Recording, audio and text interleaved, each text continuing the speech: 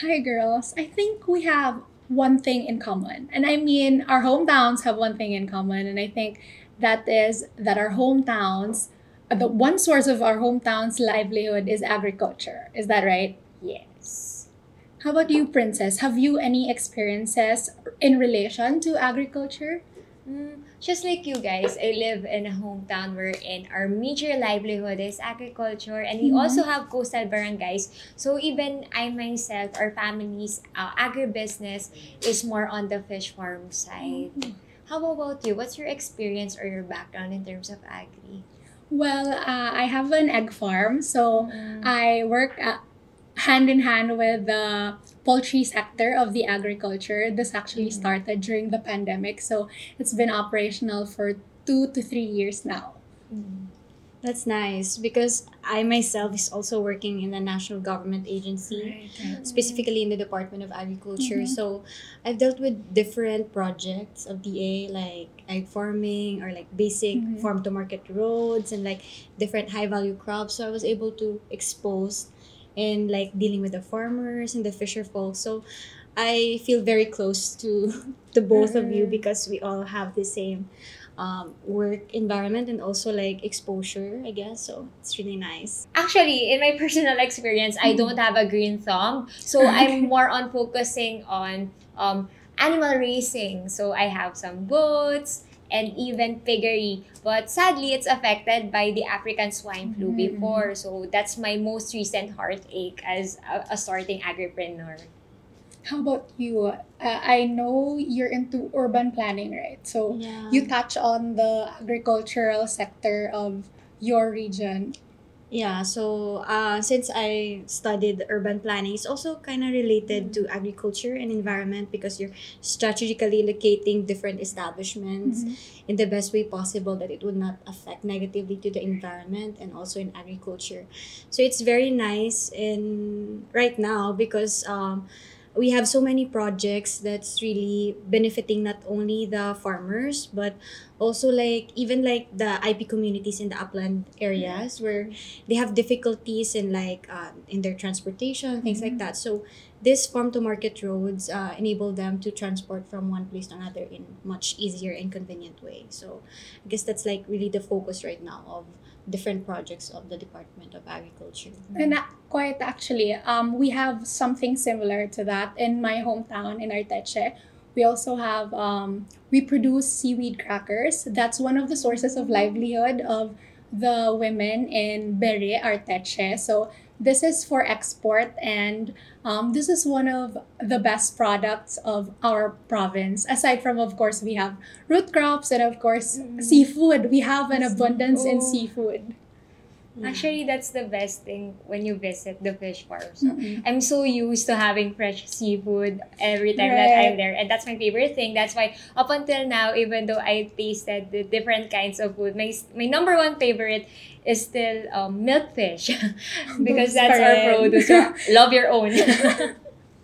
In my island, Guimaras, we're basically really surrounded by bodies of water. Yes. So we're not really much into like seafoods, but we are more on like mangroves. So it's like really a sanctuary of different aquatic animals and things like that. So we have like few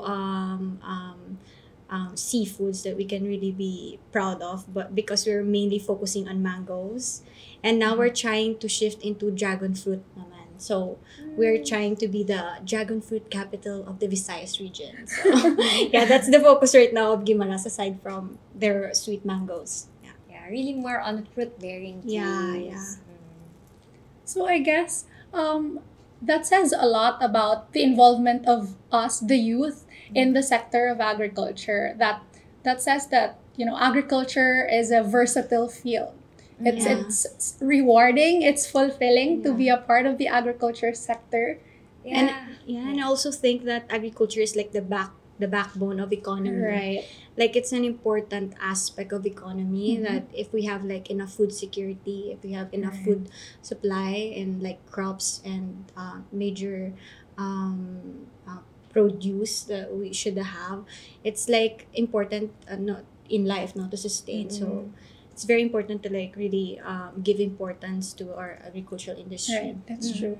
Yeah, during the pandemic, it really highlighted the importance of agriculture, especially regarding food security. So a lot of people, for example, even my friends, they're quite intimidated with the agriculture field just because maybe they don't have any background at all. We're very fortunate that our families or maybe the people around us know well about agri. But for them, it's quite intimidating. So I'm happy that right now the spotlight is going towards the agriculture sector and hoping that anyone can realize that belonging to the agri sector doesn't really mean that you need to allot all of your time in focusing to your agri business, but more like knowing more about sustainability, knowing how to get your food, etc. I think if all of us starts to invest our time, then we can definitely learn more about this industry, especially with the social media, right? It's very useful in terms of disseminating information as well as sharing your own experiences.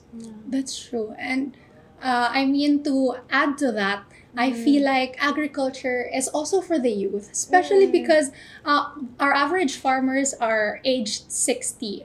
So we are the ones who will be following the steps of the generations of farmers. So we have to have enough knowledge to grow our skills and capabilities to be able to continue farming, because this, as you said, is the backbone of our economy. Yeah. And I also would like to share, because since I've studied environmental management, it's one of the courses that is not usually known to the youth. And also like agricultural engineering and like Bachelor of Science in Agriculture. I think these are the courses that also need some appreciation from the youth, because not everyone really likes to be involved in agriculture. But as a role model, I feel like I'll be the one to like really encourage a lot of youth right now to enroll, because there are also a lot of scholarships offering focusing on like getting Bachelor of Science in Agriculture and Environmental Management. And I feel like these professions are important in our government agencies. So in my experience, it's really nice to enroll in these courses, because right after you graduate, you have so many opportunities, because in everything you do right now involves like environmental aspect, right? The youth needs to really appreciate more with these types of profession, and should really look at in a way that's also very a decent job, and it's worth being proud of, something like that. I'm very happy actually that right now there are also women who are very empowered in this industry. So they already planted the seed for us, and it is our generation who should nurture it. And speaking of women, I know personally an idol of mine. Her name is Cherry Atelano. She is the founder of Agrea, and she's been pushing forward for sustainable farming and agriculture. Yeah, I love Ate Cherry. Currently, she's one of my mentors in the agri industry. I love her. Yeah, she's the best because she's able to contribute a lot to her hometown, and that's the kind of woman that I aspire to be later on. She's one of the most empowered women in the industry in agriculture.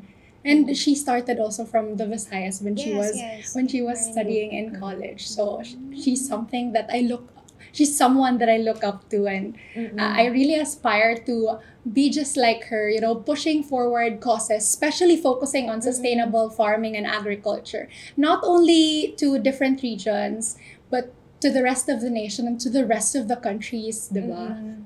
Yeah. And it's also nice because it's a woman, like it's so unusual sometimes to see someone who is like so into agriculture, and like maybe like starting her own backyard farming, and like growing her own plants, and like talking about this type of topics in different gatherings and seminars. It's really nice to see really empowered women who are dealing with agriculture sector, because it's so unusual.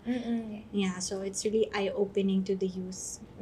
And thankfully right now, because of the presence of social media, anyone with a click of a finger can already search even the most basic questions in the agriculture industry. That's why I started also a page, Millennial Booked Girl, with that purpose. And not only me, and I've seen a lot of other agripreneurs who are very willing to share their experiences.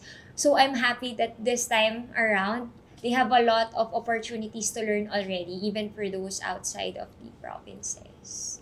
Yeah. And so, to end all of these, I think we girls can agree that the pervasive stigma that is circling around the sector of agriculture as it is labor intensive, or it's not rewarding, it's not fulfilling, and it's not for women is not right.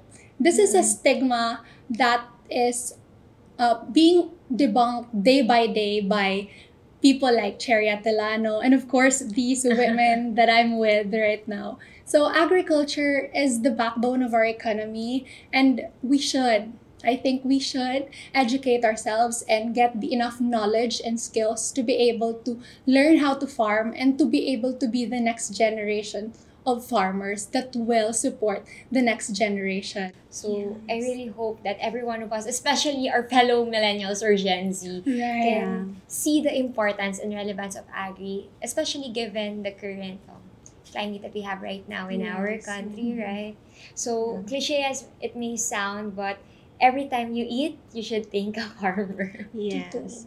So that's really nice because we women like appreciate right now the agricultural sector, and I myself would really want to encourage the youth and especially women to be not afraid to take up courses or like professions who are related to agriculture, because we need a lot of people in agricultural industry to grow our economy even more and to make our environment so much better. Yeah.